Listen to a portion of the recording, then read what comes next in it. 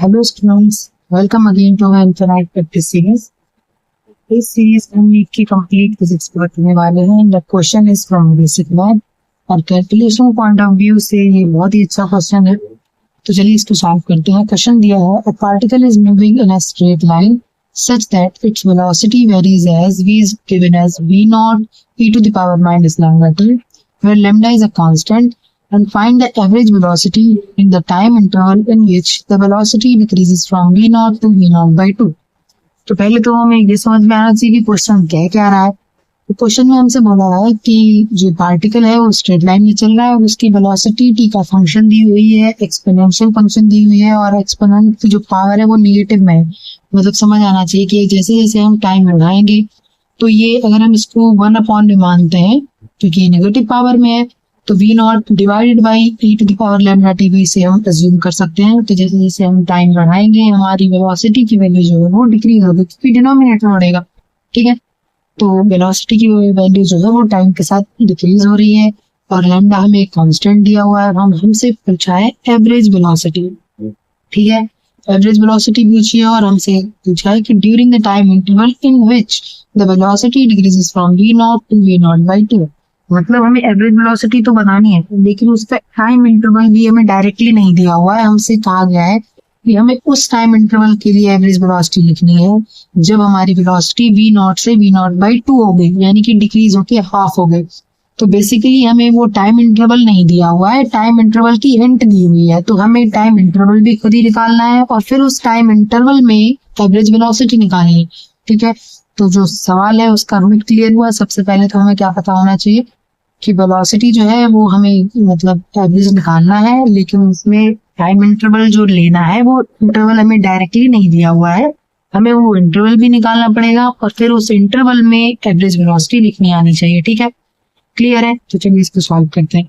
सबसे पहले तो हमें क्या दिया हुआ है हम वो लिख लेते हैं. वेलोसिटी हमें दी हुई है as a function of exponential time. ठीक है, और हमसे पूछा है एवरेज वेलोसिटी और हमसे कहा है कि टाइम इंटरवल होना चाहिए. जस्ट लेट कर लेते हैं कि टाइम t1 से t2 तक वो इंटरवल होगा जो हमें अभी पता नहीं है, हमें निकालना है. ठीक है, तो हमें उसकी हिंट क्या दी हुई है कि अगर t1 टाइम है तो वेलोसिटी v नॉट थी और t2 टाइम पर वेलोसिटी v नॉट बाई 2 हो गई.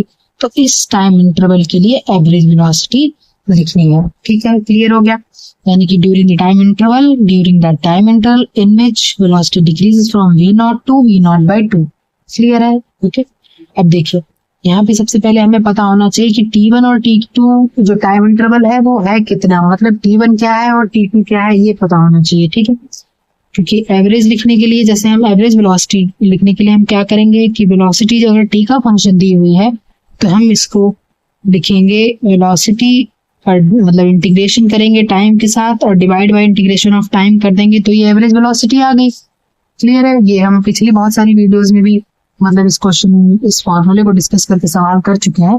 तो करना क्या है कि अगर कोई भी क्वांटिटी जो किसी दूसरी क्वांटिटी पे डिपेंड कर रही है, जैसे फॉर एग्जांपल यहाँ पे वेलोसिटी टाइम पर डिपेंड कर रही है, तो हमें क्या करना आना चाहिए उसकी वेलोसिटी मतलब उसका एवरेज कैसे लिखती है. जो क्वांटिटी जिस भी क्वांटिटी पर डिपेंड कर रही है उसके साथ उसका इंटीग्रेशन करेंगे and divide by the quantity जिस पर वो डिपेंड कर रही है उसका इंटीग्रेशन. ठीक है, तो वेलोसिटी अगर t पे डिपेंड कर रही है तो वो dt के साथ integration and divide by integration of dt. तो ये तो हो गया हमारा बेसिक फॉर्मूला जो हमें यूज करना है. अब हमें पता होना चाहिए कि हमें किस टाइम इंटरवल में इसे इंटीग्रेट करना है. मतलब अगर हम इंटीग्रेट करेंगे तो कोई लिमिट तो होनी चाहिए ना, लोअर लिमिट और अपर लिमिट. तो लोअर लिमिट हम t1 मानते हैं और अपर लिमिट t2 मान लेते हैं. तो ये t1 और t2 की वैल्यू हमें पता होना चाहिए. मतलब क्या है कि हमें उस टाइम इंस्टेंट की वैल्यू पता होनी चाहिए कि कब वेलोसिटी v नॉट थी और कब वेलोसिटी v नॉट बाई 2 हो गई. तो उन दोनों टाइम इंस्टेंट की वैल्यू हमें पता होनी चाहिए. ठीक है, तो सबसे पहले तो हमें t1 और t2 की वैल्यू निकालनी है. ठीक है, अब क्या करना है देखो ये जो वेलोसिटी यहाँ पर दी है तो v जो है वो किसी भी टाइम इंस्टेंट की वेलोसिटी है ना. जैसे v जो है यहाँ पर t है तो यानी कि इस टाइम इंस्टेंट की वेलोसिटी ये हुई क्योंकि ये इसका फंक्शन है. ओके, तो जो जो टाइम इंटरवल हम इसमें रखेंगे वो उस टाइम की वेलोसिटी हमें मिल जाएगी. ठीक है, हम सॉल्व करते हैं t1 के लिए कि अगर हमें t1 निकालना हो तो वो कितना होगा, यानी कि वो इंस्टेंट टाइम का क्या होगा जब वेलोसिटी v नॉट रही होगी। तो यानी कि वेलोसिटी हमारी क्या होगी v नॉट, और ये तो फंक्शन ही दिया हुआ है e to the power minus lambda t1, ठीक है। और हमें t1 के लिए इस इक्वेशन को सॉल्व करना है, मतलब क्या है, हमें t1 की वैल्यू चाहिए और हमें t1 इंस्टेंट की वेलोसिटी पता है v नॉट है, तो हम यहाँ से t1 के लिए सॉल्व कर लेते हैं, ठीक है। तो ये v नॉट अगर इधर चला जाएगा तो v not by v naught is equals to, अब ये यहाँ पर मतलब ऊपर है, इसको नीचे ले लीजिए तो पावर प्लस हो जाएगी, 1 e to the power lambda t1 हो जाएगा, ये इससे कैंसिल आउट हो जाएगा। तो यानी कि e to the power lambda t1 की जो वैल्यू है वो 1 आ गई, ठीक है। अगर आप क्रॉस मल्टीप्लाई कर देते हैं तब भी, रेसिप्रोकल ले लेते हैं तब भी, ठीक है। यानी कि यहाँ से इसके जो मतलब सामने है वो 1 आ रहा है, ठीक है। तो e to the power lambda t1 is equals to 1 आ गया यहाँ पे, ठीक है। अब यहाँ पे देखिए हम एक एमआर स्टार यूज करने वाले हैं, जैसे कि हम क्या करते हैं कि अगर हम कोई लॉग लिख रहे हैं, ठीक है, फॉर एग्जाम्पल a मतलब बेस a है और v की वैल्यू जो है वो हमें फॉर एग्जांपल कोई भी वेरिएबल ले लेते हैं x आया, ठीक है। अब ये जो हमारा है वो लॉग लिखने का तरीका है, इसमें हम क्या करते हैं कि बेस जो है उसकी पावर अगर ये होगी तो रिजल्ट ये होगा, समझ आई बात। मतलब हम लॉग कैसे लिखते हैं कि जो भी हमारा लॉग बेस में है उसकी पावर में हमारा रिजल्ट आता है, और जो हम जिस भी मतलब नंबर का लॉग लिख रहे हैं वो उसका रिजल्ट होता है ऑब्वियस, ठीक है। तो अब ये मैं यहाँ पर क्यों यूज कर रही हूँ, क्योंकि हम इस क्वेश्चन में वो यूज करने वाले हैं। जैसे एग्जाम्पल के लिए अगर हम ये जो ई है वो नेचुरल लॉग का बेस होता है, यानी कि ln होता है, यानी कि लॉग बेस ई अगर हम लिख रहे हैं तो वो जो है वो यही ई होता है, मतलब exponential is the inverse of log आप कह सकते हैं, ठीक है। यहाँ पर ये एंटी लॉग के फॉर्म में लिखा हुआ है और ये लॉग के फॉर्म में लिखा हुआ है। तो जैसे एग्जाम्पल के लिए अगर हम इस टर्म का एंटी लॉग लेते हैं तो हम कैसे लिखेंगे, a to the power x and result is b। समझ रहे हैं आप, इससे पहले आप ये समझिए तब फिर ये समझ में आएगा। मतलब क्या है कि हमें क्या करना है कि लॉग जो कि बेस a b पर जो है वो x है, ठीक है, उसका रिजल्ट। तो हम इसको अगर हम इस टर्म का जो हमें दिया हुआ है उसका एंटी लॉग लेते हैं तो हम कैसे लिखेंगे, बेस यानी a to the power x और उसका रिजल्ट b होगा, ठीक है। a to the power x और उसका रिजल्ट b होगा, ठीक है। तो हम इस इक्वेशन को जो यहाँ पे आई है इसको इससे कंपेयर करते हैं, तो इसका मतलब क्या हुआ, जो हमारा बेस है वो a है तो e आ गया, ठीक है। पावर की जगह पर जो हमारा मतलब x की जगह पर जो पावर है वो होना चाहिए, तो x की जगह पर हम लैम्डा t रख देंगे क्योंकि वो पावर में है, और जो रिजल्ट में है मतलब b जो है वो उसका बेस मतलब उसका लॉग लिया है, ठीक है। तो b की जगह पर हम 1 रख देंगे। ये मैंने इसलिए एक्सप्लेन किया है क्योंकि बहुत सारे बच्चों को इसमें दिक्कत आती है कि e पावर लॉग कर लिया फिर ये कैसे सारी चीजें इधर से उधर होगी। तो बेसिकली आपको ये ध्यान रखना है, सबसे पहले तो आपको एकदम बेसिक मेथड पता होना चाहिए क्या कि लॉग जो है अगर उसका कोई बेस है, मतलब फॉर एग्जाम्पल कि अगर हम b का लॉग ले रहे हैं on the base on the base a, अगर हम b का लॉग ले रहे हैं ऑन द बेस a और उसका रिजल्ट जो है वो x आ रहा है, ओके। तो इस टर्म का हमें एंटी लॉग लिखना आना चाहिए, वो कैसे लिखेंगे हम, a to the power x और उसका रिजल्ट आएगा b। क्लियर है, यहाँ तक क्लियर है। अब हमें क्या करना है, इस फंक्शन को इससे कंपेयर कर लीजिए, ठीक है, क्योंकि ये और ये दोनों एंटी लॉग की फॉर्म में लिखे हुए हैं, इसको इससे कंपेयर कर लीजिए और जहां जहां पर इसके टर्म है उसको लॉग में लिख दीजिए। मतलब एंटी लॉग से लॉग लिखना हमें आ रहा है, उल्टा करना है, ठीक है। तो देखिए यानी कि जो हमारा बेस है यहाँ पर वो यहाँ आना चाहिए और जो x है वो यहाँ आना चाहिए और जो b है वो यहाँ आना चाहिए। वैसे हमने क्या किया है, a की जगह पर e है तो e को a की जगह पर रख दीजिए, x की जगह पर लैम्डा t1 है तो उसको लैम्डा t1 की जगह पर रख दीजिए, यानी x की जगह पर रख दीजिए, और b की जगह पर यहाँ पर 1 है तो उसको b की जगह पर रख दीजिए। मैंने बहुत आराम से बहुत धीरे धीरे समझाया है, अगर आपको फिर भी इसमें कहीं मतलब डाउट है तो आप कमेंट सेक्शन में लिख दीजिए कि हाँ इस स्टेप में दिक्कत हो रही है, मैं डिटेल मतलब एक और सही से वीडियो बना के इसकी अपलोड कर दूंगी, ठीक है। तो फिलहाल बहुत आसानी से समझानी है, मैंने कोशिश की, एक बार मैं फिर से समझा देती हूँ और अगर नहीं समझ आया तो देखिए इसमें क्या किया है हमने, इसमें क्या किया, जैसे एग्जाम्पल के लिए कोई नंबर है, ठीक है, जैसे फॉर एग्जाम्पल लॉग बेस 10 अगर हम ले रहे हैं और 2 के लिए ले रहे हैं तो उसकी वैल्यू आती है 0.3010, नंबर से समझ लेते हैं, ठीक है। 2 ऑन द बेस 10 का रिजल्ट ये आ रहा है, ठीक है। अगर हम इसका एंटी लॉग लेते हैं तो हम क्या करते हैं कि 10 टू द पावर दिस उसका रिजल्ट ये आना चाहिए। मतलब क्या हुआ कि 10 की पावर अगर हम 0.3010 रखते हैं तो उसका रिजल्ट 2 आएगा। ठीक है, इस टर्म को कोई देखकर कहे कि इसका लॉग लिख के दिखाइए, तो हमें क्या करना होगा बेसिकली कि हम ये जो है हमारा मतलब बेस हो जाएगा।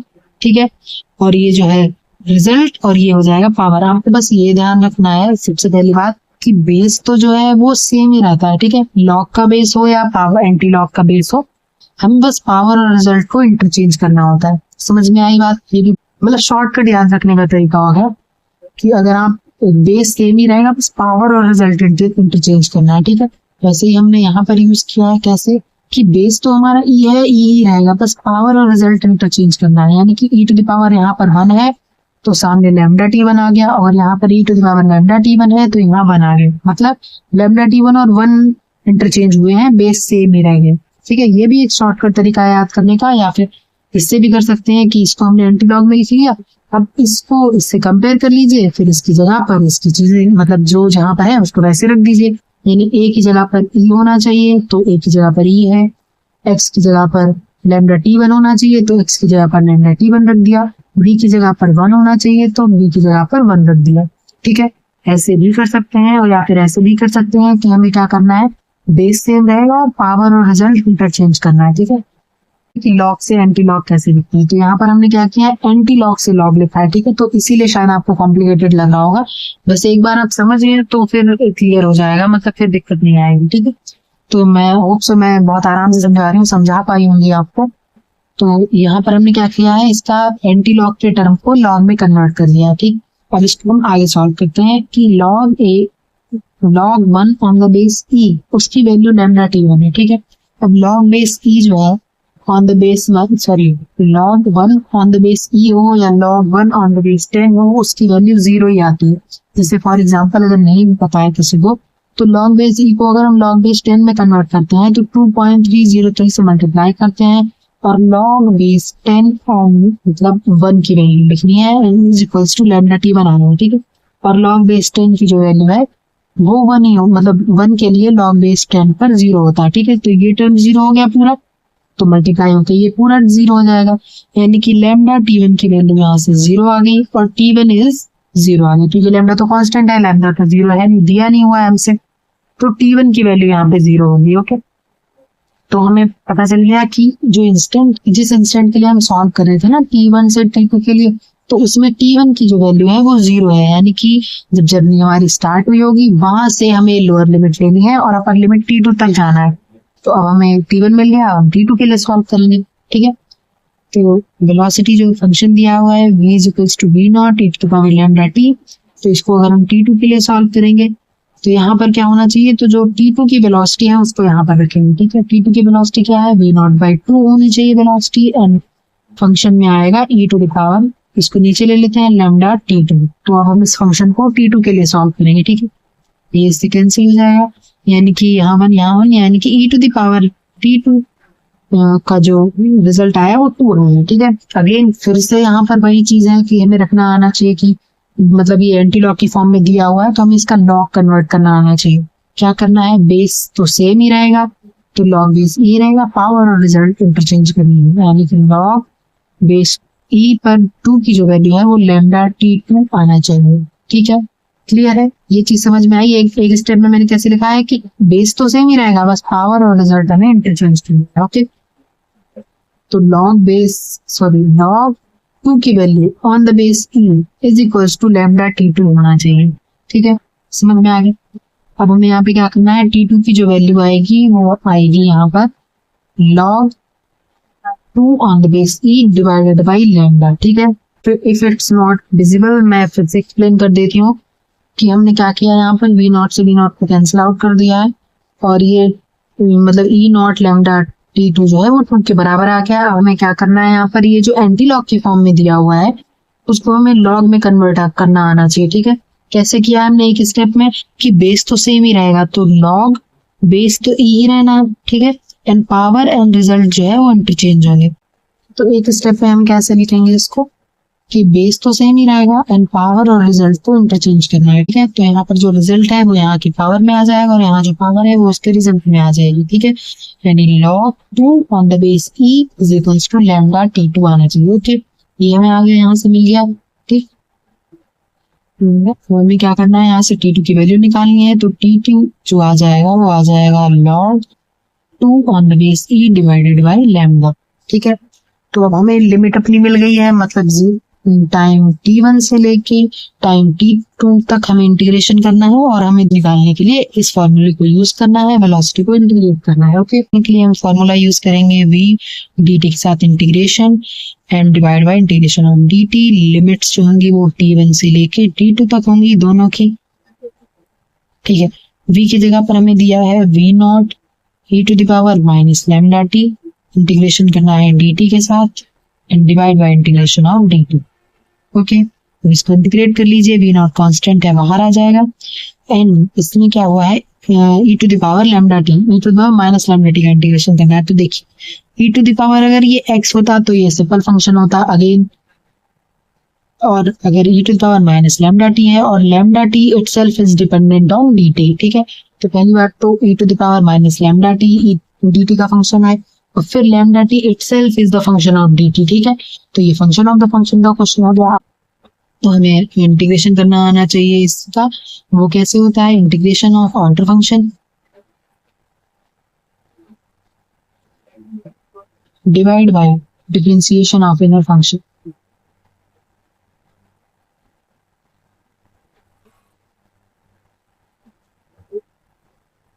फंक्शन का क्वेश्चन होता है उसका इंटीग्रेशन हम कैसे करते हैं, आउटर फंक्शन का इंटीग्रेशन करते हैं एंड डिवाइड कर देते हैं डिफरेंशिएशन ऑफ इनर फंक्शन से। और आउटर इनर फंक्शन हम कैसे पहचानते हैं कि जो भी हमें कॉम्प्लेक्स फंक्शन दिया हुआ है हम लेट करते हैं कि अगर इसकी जगह पे कोई सिंपल फंक्शन होता तो वो कैसा होता। तो जो हम अज्यूम कर पा रहे हैं ना वो हमारा आउटर फंक्शन हो गया और उसमें जो वेरिएबल है उसको रिप्लेस करके जो हम दूसरी चीज रखेंगे वो हमारा इनर फंक्शन होगा। जैसे for example e to the power minus lambda t है, अगर ये एक सिंपल फंक्शन होता तो ये e to the power x होता। ओके, तो e to the power x is our outer function and x को हम माइनस लैम्डा t लिखेंगे, तो जो माइनस लैम्डा t है वो हमारा इनर फंक्शन हो गया। ठीक है, दैट यू गॉट इट। तो हमें क्या करना है, यहाँ पर इस फॉर्मूले से इंटीग्रेशन करना है। ठीक है, इंटीग्रेशन ऑफ आउट फंक्शन करेंगे तो यानी कि e to the power x का इंटीग्रेशन करेंगे, keeping inside as it is, मतलब इनसाइड फंक्शन जैसा दिया है उसको वैसा ही उतारनी है। तो e to the power x का इंटीग्रेशन तो e to the power x होता है, यानी कि e to the power x और x की जगह पे माइनस लैम्डा t है तो माइनस लैम्डा t रख देंगे, जो दिया है उसको वैसे उतार लेना है, keep inside as it is. Okay, तो ये तो आउटर फंक्शन का integration and divide by differentiation of inner function. Inner function है हमारा माइनस लैम्डा t, इसका डिफरेंशिएशन क्या होगा, माइनस लैम्डा t का डिफरेंशिएशन dt जो है वो माइनस लैम्डा आ जाएगा। ठीक है, क्लियर है, क्योंकि माइनस लैम्डा कांस्टेंट है बाहर चला जाएगा डिफरेंशिएशन से और t का डिफरेंशिएशन dt के साथ 1 ही होता है, तो माइनस लैम्डा मल्टीप्लाइड बाय 1 फिर माइनस लैम्डा ही आ जाएगा। ठीक है, फिर भी अगर आपको इसे डिफरेंशिएशन की दिक्कत आई है तो आप डिफरेंशिएशन टॉपिक से जाके सीख सकते हैं। हमने बहुत सारे डिफरेंशिएशन के क्वेश्चन सॉल्व किए हुए चैनल पे। ठीक है, तो यहाँ ये आगे डिफरेंशिएशन ऑफ इनर फंक्शन। ठीक है, तो ये इसका आंसर हो गया and divide by differentiation integration of dt का इंटीग्रेशन t आ जाएगा। ठीक है, लिमिट्स दोनों की t1 से लेके t2 तक है। तो v नॉट लैम्डा और ये माइनस भी बाहर ले लीजिए, तो v नॉट बाई लैम्डा ये तो कांस्टेंट हो गया एंड ये जो लैम्डा माइनस में है इसको हम नीचे रख लेते हैं तो पावर जो है वो प्लस हो जाएगी, यानी e to the power lambda t2 minus 1 upon e to the power lambda t1। ठीक है, डिवाइड बाय डिफरेंस इसमें लिमिट्स पुट करेंगे तो t2 और माइनस t1। ठीक है, अब t1 और t2 की हमें वैल्यू रखनी है, तो देखिए इसको minus v not by lambda आ गया यहाँ पर और ये हो जाएगा 1 upon e to the power lambda multiplied by t2। t2 की वैल्यू हमें क्या मिली थी, log on the base e2 divided by lambda. ठीक है, अब तो t2 की जगह पर हमें वैल्यू रख रहे हैं। ठीक है, log 2 on the base e divide by lambda, ये t2 की वैल्यू थी हमने यहाँ पे रख दी एंड माइनस 1 अपॉन t1 की जगह पर तो 0 आएगा, तो ये मतलब क्या लैम्डा T1 जीरो यानी e to the power zero हो जाएगा। समझ आया, T1 की जगह पर जीरो रखेंगे तो लैम्डा से मल्टीप्लाई होकर जीरो हो जाएगा and e to the power zero हो जाएगा। Something to the power zero is 1, तो बेसिकली यहाँ पर 1 बचेगा। ठीक है, एंड डिवाइड बाई हमें लेना है T2 माइनस T1। ठीक, T2 की वैल्यू के लिए हम रखेंगे log 2 on the base e divide by lambda and minus T1 के लिए लिखेंगे तो वो जीरो ही हो जाएगा, तो यही बचेगा। ठीक है, तो इसको आगे सॉल्व कर लीजिए। हम यहाँ पे देखिए minus V naught by lambda है और इससे डिवाइड करना है, तो log 2 on the base e and divide by lambda है तो वो ऊपर चला जाएगा और इससे कैंसिल आउट हो जाएगा। तो यहाँ बचेगा, देखिए लैम्डा से लैम्डा कैंसिल आउट कर देंगे तो ये 1 अपॉन e की पावर में रह जाएगा log on the base e to the power 2, ये e की पावर में है। ठीक है, और यहाँ पर हो जाएगा 1। तो पहले हमने क्या किया है कि 2 का log लिया है और फिर उस जो भी वैल्यू आएगी एग्जाम्पल के लिए, मतलब इसकी जो वैल्यू आती है वो 0.69 आती है। ठीक है, तो क्या किया है हमने, पहले तो हमने 2 का log लिया है ऑन द बेस e और फिर उसी का हमने एंटी लॉग ले लिया है, मतलब उसको एक्सपोनेंशियल की पावर में रख दिया है, यानी e टू द पावर, जैसे एग्जाम्पल के लिए e to the power 0.69 is equals to 2 आएगा। समझ रहे कि मतलब अगर हम इस फंक्शन को लिखना चाहें कि e टू द पावर में 0.69 रखते हैं तो आंसर 2 आना चाहिए। क्लियर है? ठीक है, अब 0.69 को हम log बेस e 2 भी तो लिख सकते हैं क्योंकि ये इसके बराबर है। तो 0.69 को हम ऐसे भी लिख सकते हैं कि e टू द पावर में log 2 on base e is equals to 2 है। समझ आ रही है मेरी बात? मतलब बहुत आसानी से, बहुत क्लियरली मैंने ये लिखने की कोशिश की है। समझ आ रहा है? देखिए फिर से समझ लीजिए कि e टू द पावर, अगर हम यहाँ पर log 2 ले रहे हैं ऑन द बेस e जिसकी वैल्यू 0.69 आती है। ठीक है, ये आपको याद नहीं करनी है लेकिन मैं बस फॉर एग्जाम्पल दिखा रही हूँ। ठीक है, तो यहाँ पे आप x भी मान सकते हैं, कोई दिक्कत नहीं। तो जैसे log बेस मतलब log 2 की value on the base e 0.69 आती है। ठीक है, तो अगर हम इस फंक्शन का एंटी लॉग ले रहे हैं, ठीक, तो हम क्या लिखेंगे, e to the power 0.69, answer होना चाहिए 2। बेस सेम रहेगा, पावर और रिजल्ट इंटरचेंज कर दिया, तो बेस सेम है, e टू द पावर 0.69, उसका जो रिजल्ट है वो 2 आना चाहिए। ठीक है, क्लियर है यहाँ तक?